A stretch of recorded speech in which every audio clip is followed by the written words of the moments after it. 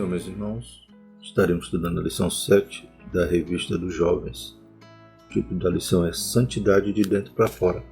Tema do trimestre Separados para Deus, buscando a santificação para vermos o Senhor e sermos usados por Ele.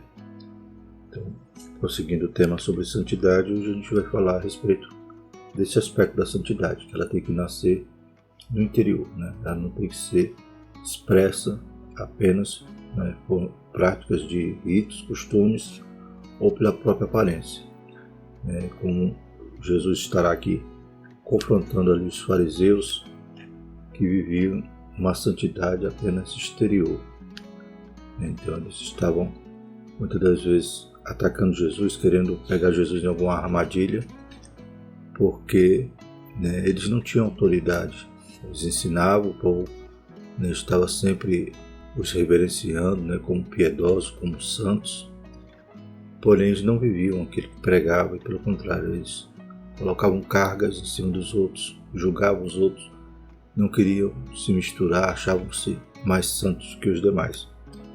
E Jesus pregava, ensinava com autoridade, pois vivia aquilo que pregava. Podiam então imitar a Cristo, pois via que realmente Ele era santo. Louvado seja o nome do Senhor. Essa santidade que nós devemos ter, que nasce no nosso interior. Glórias a Deus. Através da santificação que Deus nos dá de forma instantânea quando aceitamos a Ele, através da justificação e através da regeneração, ou seja, somos nova criatura. Tudo isso parte do nosso interior. O texto principal diz: Ai de vós, escribas e fariseus, hipócritas, pois que sois semelhantes aos sepulcros caiados, que por fora realmente parecem formosos, mas interiormente estão cheios de ossos de mortos e de toda imundície. Mateus 23, 27. O resumo da lição: Deus deseja uma santidade autêntica que vem de dentro para fora. Os objetivos da nossa lição são mostrar a hipocrisia dos fariseus e escribas, os mestres da lei, conscientizar de que uma pseudo-santidade favorece a prática da injustiça e mostrar o que leva uma pessoa à cegueira espiritual. O texto bíblico se encontra em Mateus, capítulo 15, do verso 10 ao 14, e Mateus 23, do verso 25 ao 28. E chamando assim a multidão, disse-lhes: Ouvi e entendei. O que contamina o homem não é o que entra na boca, mas o que sai da boca. Isso é o que contamina o homem. Então, acercando-se dele seus discípulos, disseram-lhe: Sabes que os fariseus, ouvindo estas palavras, se escandalizaram? Ele, porém, respondendo, disse: Toda planta que meu Pai Celestial não plantou será arrancada. Deixai-os, são condutores cegos. Ora, se um cego guiar outro cego, ambos cairão na cova. Ai de vós, escribas e fariseus, hipócritas, pois que limpais o exterior do copo, do prato, mas o interior está cheio de rapina e de iniquidade. Fariseu cego, limpa primeiro o interior do copo e do prato, para que também o exterior fique limpo. Ai de vós, escribas e fariseus hipócritas, pois que sois semelhantes aos sepulcros caiados, que por fora realmente parecem formosos, mas interiormente estão cheios de ossos de mortos e de toda imundície. Assim também vós, exteriormente, pareceis justos aos homens, mas interiormente estáis cheios de hipocrisia e de iniquidade. Então, através dessa lição, estaremos analisando o comportamento desses homens, esses fariseus, dos escribas, pois vivia essa santidade de aparência. Então devemos vigiar para também não estarmos apenas com essa exterioridade de santidade, mas que realmente nosso coração esteja puro, esteja realmente temente a Deus, esteja buscando servir ao Senhor com alegria, servir ao Senhor de forma abundante, amando o nosso próximo, ou seja, realmente uma santidade que brota do nosso interior, como Jesus disse, quem crê nele, rios de água viva brotarão do seu interior. Então que Deus tenha compaixão de nós e nós desviemos de qualquer prática que se assemelha aos dos fariseus. Na lição deste domingo vamos conhecer a respeito dos fariseus e escribas e suas atribuições para a sociedade judaica da época. Os escribas e fariseus são, por diversas vezes, confrontados por Jesus por serem hipócritas. Eles são desmascarados por Jesus em suas muitas pegadinhas teológicas, cujo intento era apanhar o mestre em alguma contradição. veremos que Jesus advertiu os escribas e fariseus e a nós também, que a santidade deve vir de dentro para fora e não o contrário. Então a gente vê em algumas metáforas aqui que Jesus usou que representava essa questão da santidade. Por exemplo, quando Jesus diz: pois que limpais o exterior do copo e do prato, mas o interior está cheio de rapina e da iniquidade. Então veremos nessa lição que tinha aquelas práticas de purificação, né? Lavar sempre as mãos, lavar os copos, os pratos. E essas práticas não eram higiênicas, né? Não era no aspecto sanitário, mas era um aspecto de purificação, né? Como a lei prescrevia, né? Alguns preceitos para que o homem estivesse puro, estivesse propício para oferecer ali um culto a Deus. Então, ele não podia tocar em algum animal morto, não podia comer algumas espécies de animais. Então há na lei alguns preceitos realmente que tratavam-se dessa purificação. Quando tocasse alguma coisa ficava impuro, tinha ali o prazo para ele poder se purificar novamente. Mas a tradição dos homens criou ainda outras regras, né? Então esse lavar as mãos que eles praticavam e criticavam os discípulos e até Jesus de comer sem lavar as mãos, ou o copo, o prato, como veremos aqui na lição, não era questão de higiene, é questão de purificação para eles e para também distingui-los, dizer que eles eram mais puros do que os demais homens. Então Jesus está dizendo aqui: vocês lavam o exterior do copo, mas não lavam o interior. E no interior está cheio de rapina e de iniquidade. É claro que aqui não é o copo que estava com essas coisas por dentro, mas Jesus estava falando a respeito deles mesmos.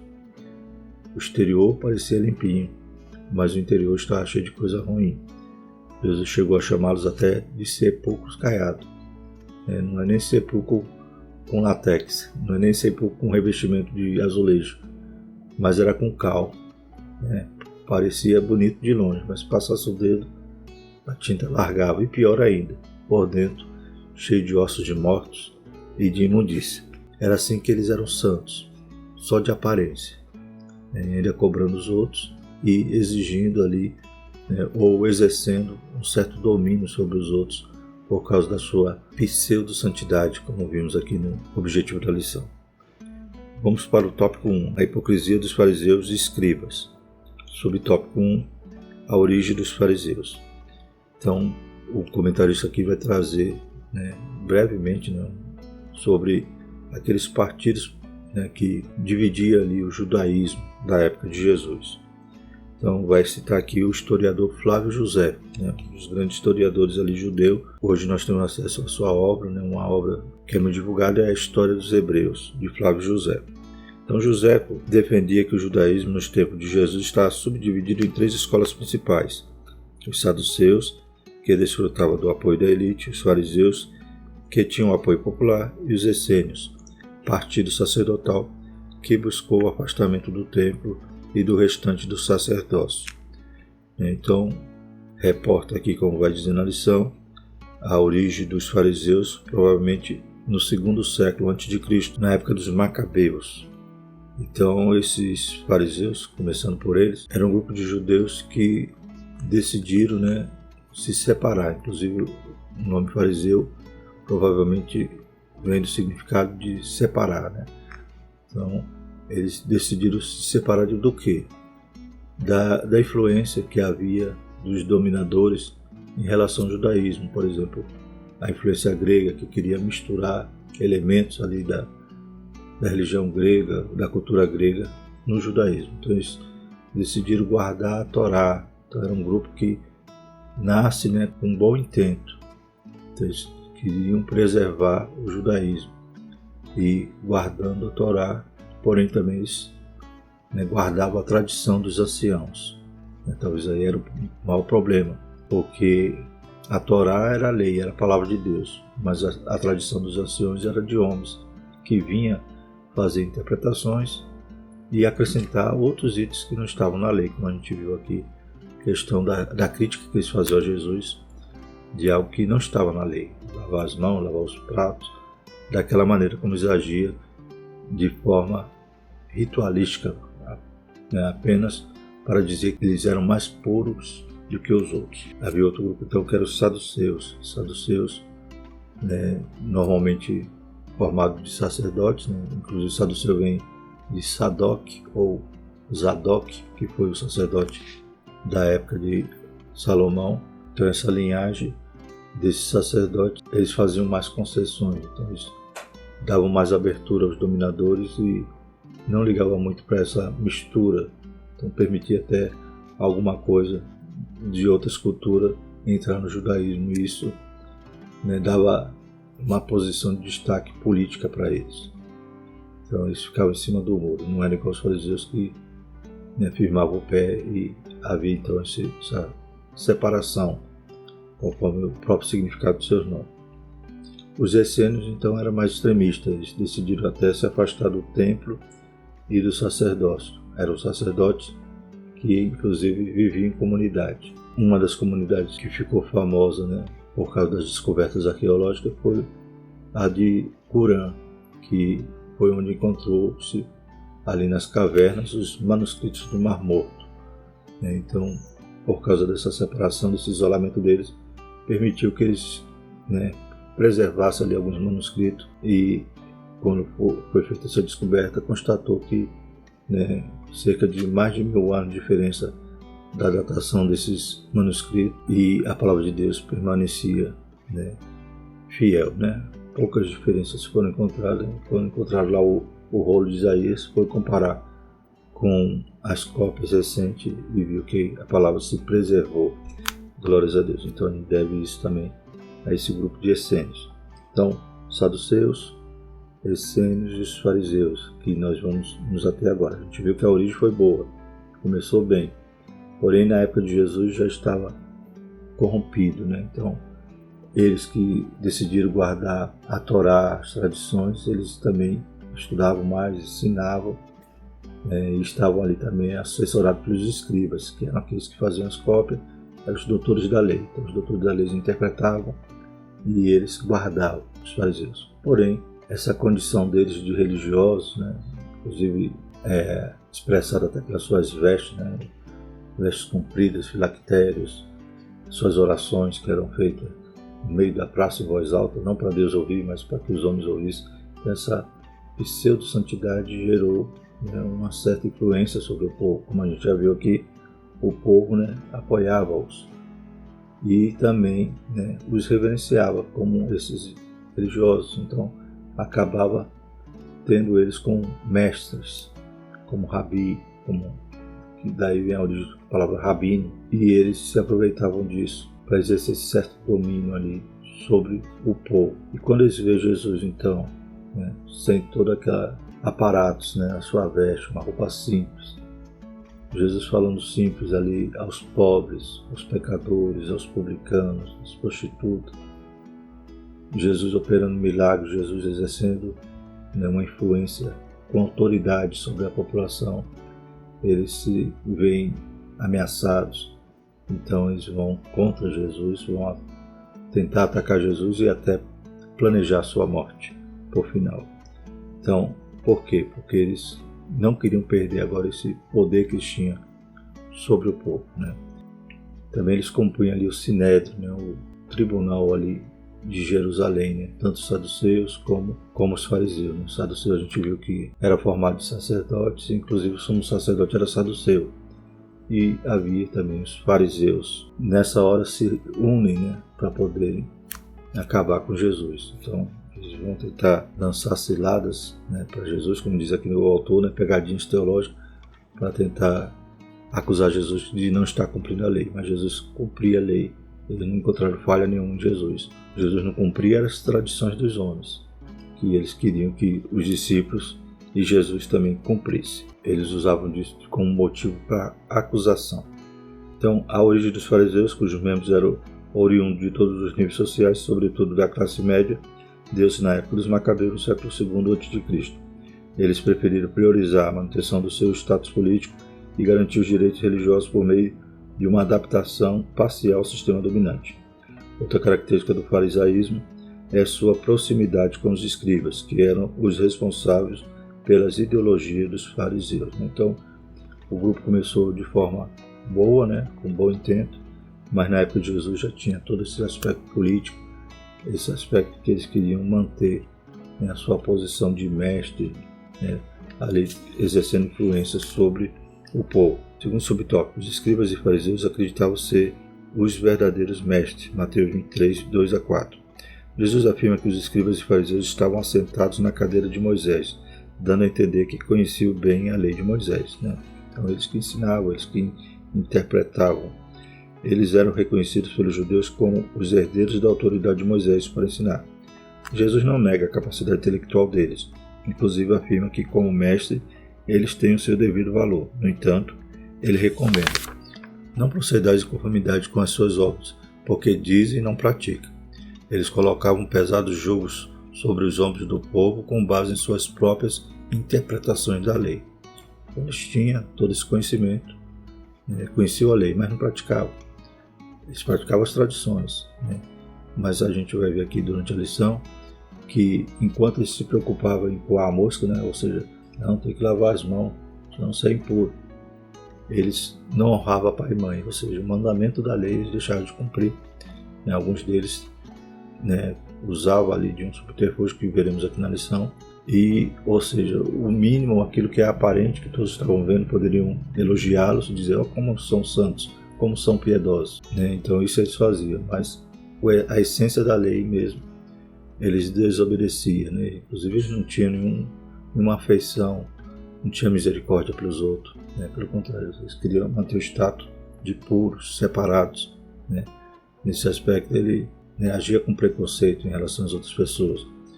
Por isso criticava quando Jesus se sentava, quando Jesus comia entre os pecadores, que para ele Jesus estava ali se tornando impuro. Então, essa falsa religiosidade, né, achar que era melhor do que os outros, culminou, né, com o julgamento de Jesus, dizendo que eles eram hipócritas, né? E Jesus dizendo aqui, ó, eles falam, mas não fazem, né? Então não procedais em conformidade com as suas obras, né? Eles falam até coisas boas, quando estão se referindo à lei, não à tradição dos homens que misturou tudo, mas não cumpriu. Então aquela velha máxima, né? Faço o que eu falo, mas não faço o que eu faço. Era assim que eles agiam, aqueles fariseus. Jesus alerta o povo para vigiar com eles, né? Terceiro subtópico, Jesus repreende a falsa devoção dos fariseus. Mateus 23, 25 a 28. Jesus fez uma crítica ao comportamento hipócrita aos escribas e fariseus, e também quanto às regras de purificação que ressaltavam uma falsa santificação à mesa, né? Quando Jesus disse o que contamina o homem não é o que entra, é o que sai, Jesus não está falando ali de bactérias, né, de doenças.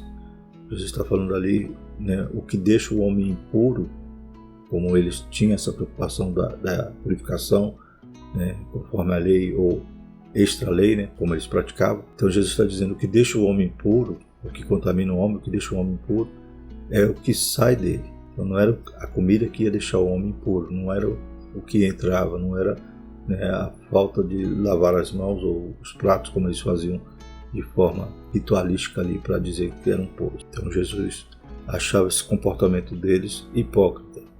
As regras de purificação serviam como pretexto para impedir as pessoas tidas como impuras por eles de compartilhar a mesma mesa, né? Então, graças a esses itens que eles criavam, né, essas regras que eles criavam, era uma forma de se separar das pessoas, né? Então, de forma alguma, eles iam sentar com um publicano, com um pecador, e iam usar, né, esses artifícios para dizer, não, nós estamos aqui nos purificando, eles não praticam tais coisas. Então, os discípulos de Jesus são tudo impuros, né? O próprio Jesus para eles era impuro. Por isso Jesus condena as atitudes dos escribas e fariseus. Eles que eram tidos como santos e que faziam parte de uma elite entre os judeus viviam de aparência, enquanto interiormente estavam cheios de hipocrisia e iniquidade. Podemos concluir que a santidade que Deus requer de nós é a verdadeira, aquela que vem de um coração puro, quebrantado, diante do Senhor. É essa maneira de viver santa que faz a diferença no dia a dia. Glórias a Deus. O segundo tópico é a exterioridade da santidade e a prática da injustiça. Então, como a gente viu aqui num dos objetivos, essa pseudo-santidade, né, achar que é mais santo que os outros, favorece a prática da justiça. Então, vamos falar sobre isso. Primeiro subtópico, os escribas e fariseus faziam acusações injustas a Jesus e a seus discípulos, né? Então, se eu sou santo, se eu estou agindo dessa forma, porque tem que ser assim, porque eu acho que tem que ser assim, né? Eu inventei essa regra aqui que tem que ser dessa forma, né? Extra-bíblica. Então eu vou acusar os outros, vou ser injusto, como eles faziam, né, acusando Jesus e os discípulos. Jesus e seus discípulos estavam na terra de Genezaré, pregando as boas novas e curando os enfermos, quando alguns escribas e fariseus vindo de Jerusalém perceberam que os discípulos de Jesus comiam sem lavar as mãos. O que os incomodava não era a falta de higiene, mas sim a questão cerimonial, a tradição. A Torá previa alguns procedimentos quanto ao ritual de pureza, Levítico capítulo 11 ao capítulo 15, Números 5, de 1 a 4. Todavia, a questão levantada pelos escribas e fariseus não constava nela, mas sim na tradição dos anciãos. Está vendo? Eles estavam acusando a Jesus e os discípulos por algo que não estava na lei, estava na tradição dos anciãos. Interessante que Jesus está lá em Genezaré, né, lá na Galileia, e daqui a pouco chegam esses homens, esses escribas e fariseus, ou seja, saíram de Jerusalém só para fiscalizar Jesus. Eles já estavam preocupados com a fama do Senhor Jesus, que crescia ali na Galileia, né, Jesus, né, sempre arrastando ali multidões, querendo aprender dele.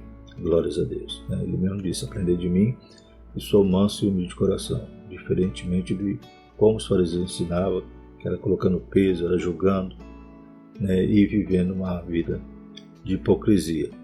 Então eles estavam acusando Jesus injustamente, porque não estava na lei, sim na tradição dos homens, acusando ali também os discípulos de não lavar as mãos. Portanto, eles acusaram Jesus e seus discípulos injustamente. A tradição deles, na verdade, era acréscimos feitos pelos homens e não por Deus. Né? A gente tem que vigiar, né? Às vezes querer que, por exemplo, o novo convertido tem que andar assim, fazer isso, fazer aquilo, né? Sem que, né, ele ainda tenha sido ali, né, constrangido pelo Espírito. Né? Então, chega o novo convertido, ele vive da forma como ele aprendeu, mas o Espírito Santo que vai, né, então é de dentro para fora, vai transformando. Né? Essa santidade que é interior, ela, é claro que ela vai refletir no exterior, mas não é o exterior que santifica. Né? Tem que estar no coração. Né? O que contamina o homem, ou o que torna o homem impuro, é o que sai dele, não o que entra. Então não é o copo por fora, tem que lavar por dentro. Jesus demonstrou que os acusadores eram, na verdade, os transgressores. Mateus 15, de 1 a 20, segundo subtópico. Os escribas e fariseus acusaram Jesus e os discípulos de comer sem lavar as mãos. No entanto, Jesus os repeliu e mostrou que eles estavam equivocados e quanto eram hipócritas. Então o mestre questiona o fato deles transgredirem os mandamentos de Deus. Versículo 3. Jesus repreende os fariseus e escribas afirmando: e assim invalidaste pela vossa tradição o mandamento de Deus. Então, a lei mesmo eles não queriam cumprir. Inclusive usavam a tradição para faziam brechas legais ali para eles não cumprir a lei. Jesus cita a lei mosaica em que os filhos deveriam honrar o pai e a mãe, o quinto mandamento, cuja penalidade para tal transgressão era a morte. Mas para não atender às necessidades materiais de seus pais, alegava o bem que possuíam era corbã, isto é, a oferta ao Senhor. Segundo o comentário de Mateus e Marcos de A.T. Hobbes, os rabinos permitiam que o filho infiel fizesse a mera declaração dessa palavra para deixar de usar o dinheiro necessário para o sustento do pai ou mãe. Na verdade, os acusadores eram os verdadeiros transgressores da lei de Deus. Né? Então, eles não estavam apontando o dedo para os discípulos dizendo: não lava as mãos, são impuros. Mas eles faziam coisas piores. Né? Coavam ali a mosca e engoliam o camelo. De que forma? Jesus cita aqui que eles não cumpriam, né, o mandamento de honrar pai e mãe. Eles conseguiram lá usar um argumento, né, na sua tradição, de que se um daqueles fariseus, né, dissesse assim: não, o que eu tenho é do Senhor, essa oferta aqui está dedicada ao Senhor, é corbã. Então esse corbã, ele declarava que aquilo que ele tinha, aquele bem que ele tinha, era para ofertar ao Senhor. E muitas das vezes nem ofertava, só fazia a declaração, como diz aqui na lição. Os rabinos, eles permitiam que o filho infiel fizesse a mera declaração. Então só se escusava dizendo: não, isso aqui é do Senhor. E isso fazia com que eles não auxiliassem, não socorressem as necessidades de seus pais. Já pensou, irmãos? Seu pai e sua mãe estão precisando de algo, está passando uma necessidade, você dizer: não, o que eu tenho é tudo do Senhor, não posso vender, não posso dar. Então era pura hipocrisia. Né? Eles usaram um argumento na tradição para não cumpriu uma lei. Então quem era realmente o injusto? Quem era o infrator da lei? Era os discípulos não lavar as mãos ou eles por invalidar a lei com base nas suas tradições e deixar seus pais desamparados, dizendo que o que ele tinha era do Senhor, ou não, tá, isso aqui é destinado para me ofertar ali, e não ajudar os pais. Se eles pelo menos ofertassem, mas muitas das vezes era apenas a mera declaração. E mesmo se eles fossem ofertar, a Bíblia diz que se nós não cuidarmos da nossa família, nós somos pior do que os infiéis, já negamos a fé. Então, temos que sempre colocar Deus em primeiro lugar, no segundo nível vem a nossa família e o terceiro a igreja. Então, Deus em primeiro, mas a família está logo em segundo, que nós não podemos desamparar, pois fazendo assim somos pior do que os infiéis e negamos a fé. Terceiro subtópico, o profeta Isaías já havia alertado a respeito da falsa santidade em nome da religião. Mateus 15, 7 a 9. Jesus exorta os escribas e fariseus, demonstrando que eram eles que estavam burlando a lei de Moisés por ganância. O mestre chama os fariseus e os escribas de hipócritas e afirma que a atitude errada deles, citando Isaías 29:13. O profeta Isaías já havia por diversas vezes reprovado a exterioridade da santidade do seu povo. Ele afirmou que o seu povo adorava a Deus somente com palavras, mas o coração deles estava bem longe do Senhor.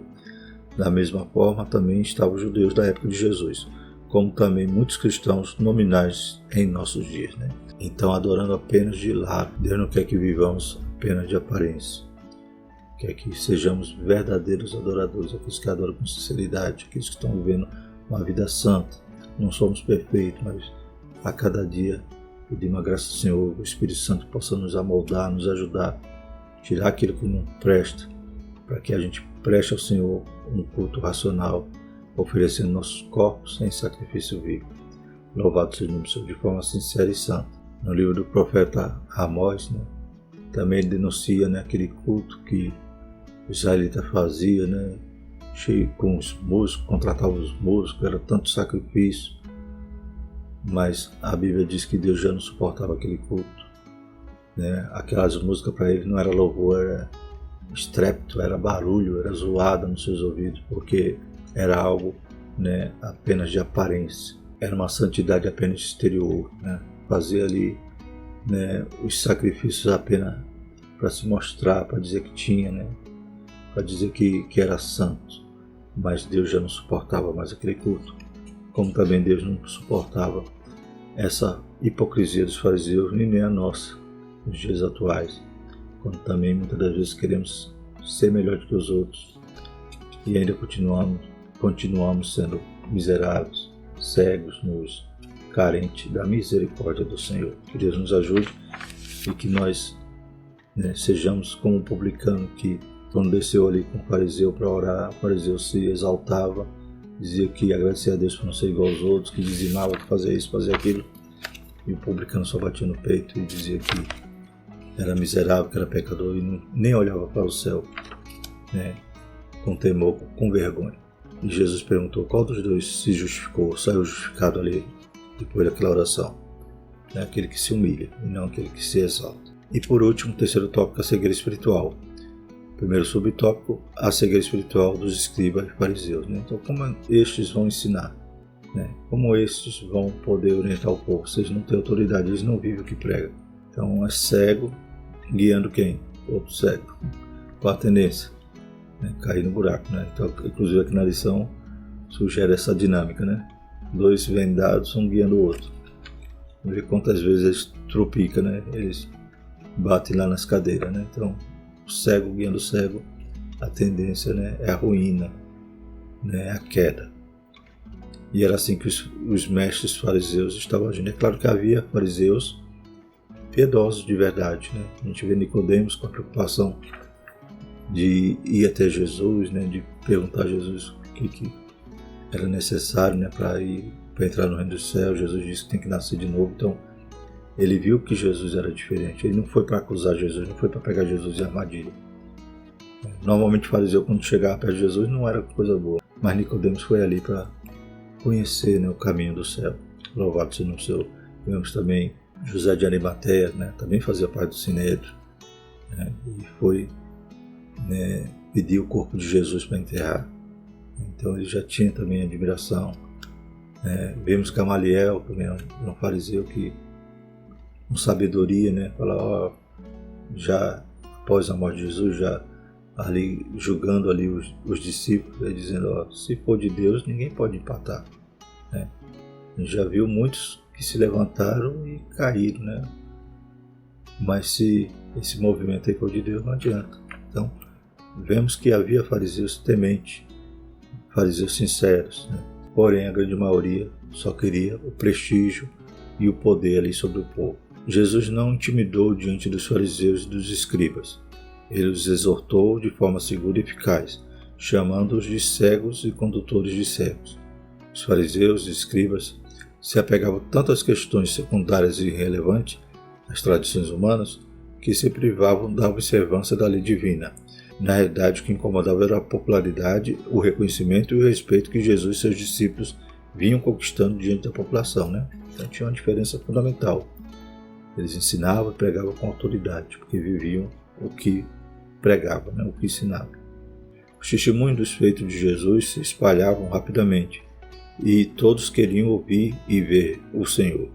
Os líderes religiosos, com suas tradições, discursos monótonos e repetitivos, já não chamavam mais a atenção do povo. Né? Haja vista logo no início, né? Quando João Batista aparece no deserto, né?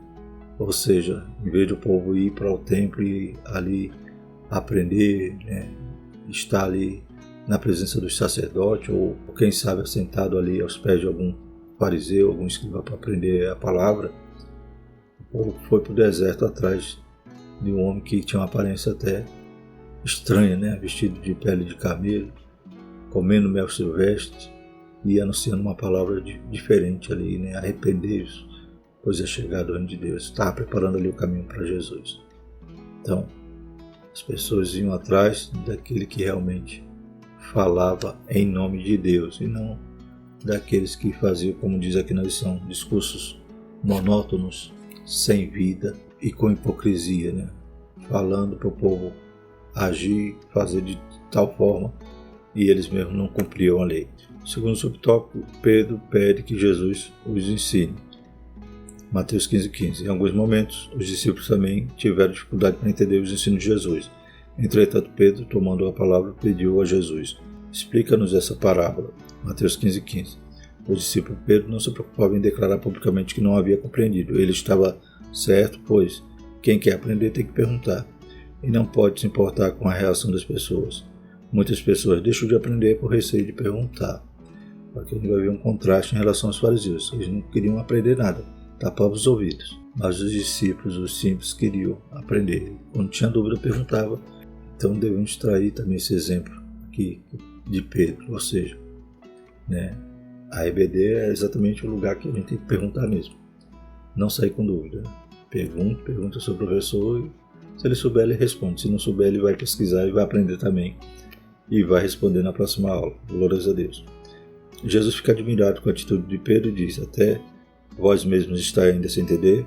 De acordo com A.T. Robson, no seu comentário de Mateus e Marcos, os discípulos ainda estavam sob o encanto da perspectiva teológica dos fariseus. Por isso a dificuldade de entendimento. Os fariseus e escribas ouviam os ensinos de Jesus e não aprendiam, pois seus interesses pessoais e a hipocrisia impediam os seus olhos fossem abertos. Né?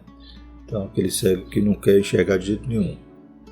E não queriam aprender. Pelo contrário, eles queriam criticar, julgar, né? E queriam desfazer ali do mestre. Então, essa hipocrisia impedia que seus olhos fossem abertos para entender a mensagem do reino.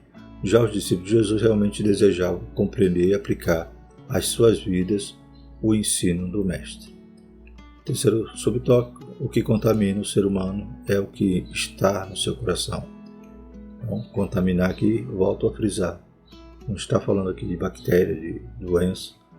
Contaminar aqui tem o sentido de o que torna impuro, né? O que denigre a santidade do homem, o que torna o homem um pecador. Né? Então, o que contamina o homem é o que está no seu coração.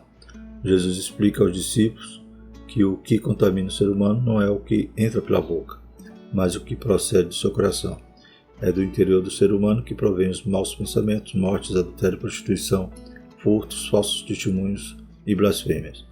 As práticas dos ensinos errôneos e perversos dos escribas e fariseus ainda influenciam muitos religiosos na atualidade, pois infelizmente ainda há pessoas que valorizam mais as tradições humanas do que a palavra de Deus. Jesus deixa claro que a falsa santidade contamina o ser humano, e não o fato de comer sem lavar as mãos.